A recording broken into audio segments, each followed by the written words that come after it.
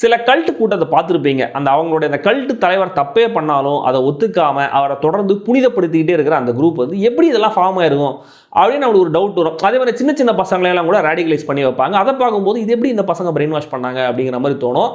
அதுக்கெல்லாம் இந்த படத்துல விடை இருக்கு ஆக்சுவலா. அத ரொம்ப ஸ்மார்ட்டா, ஷார்ப்பா டெபிக்ட் பண்ணியிருக்காரு இயக்குனர் Rian Johnson. And start to end நம்ம முகத்துல லேசான ஒரு புன்முறுவல் இருந்துகிட்டே இருக்கும். சில லாஃப் அவுட் லவுட் மொமெண்ட்ஸும் இருக்கு. இட்ஸ் அ மிராக்கிள் அப்படிங்கிற மாதிரி இன்வெஸ்டிகேஷனை இவ்வளவு இன்ட்ரெஸ்டிங்காகவும் லைட்டாகவும் கொண்டு போறது சாதாரணமான விஷயமா? பட் படம் முடிகிற வரைக்கும் இந்த கன்சிஸ்டன்சியை மெயின்டைன் பண்ணியிருக்காங்க. கொலைங்கிறது ஒரு ட்விஸ்ட் தான். அதுக்கப்புறம் ஷிஃப்ட் ஆகிட்டே இருக்கிற அந்த சந்தேகம், அடுத்தடுத்து தெரிய வர உண்மைகள், எப்படி எல்லாருக்குமே ஏதோ ஒரு விதத்தில் மோட்டிவ் இருக்குன்னு சொல்லப்பட்ட விதம், எதிர்பார்க்காத இன்னும் சில மரணங்கள்னு செம்ம ஹாப்பனிங்கான ஒரு திரைக்கதை. படம் முழுக்க அங்கங்க ஒரு சன்லைஃப் ஷிஃப்ட் வந்துகிட்டே இருக்கும். முதல்ல ஏதோ கண்டினியூட்டி பிரச்சனை, கூஃப் அப்ங்கிற மாதிரி நினைச்சேன்.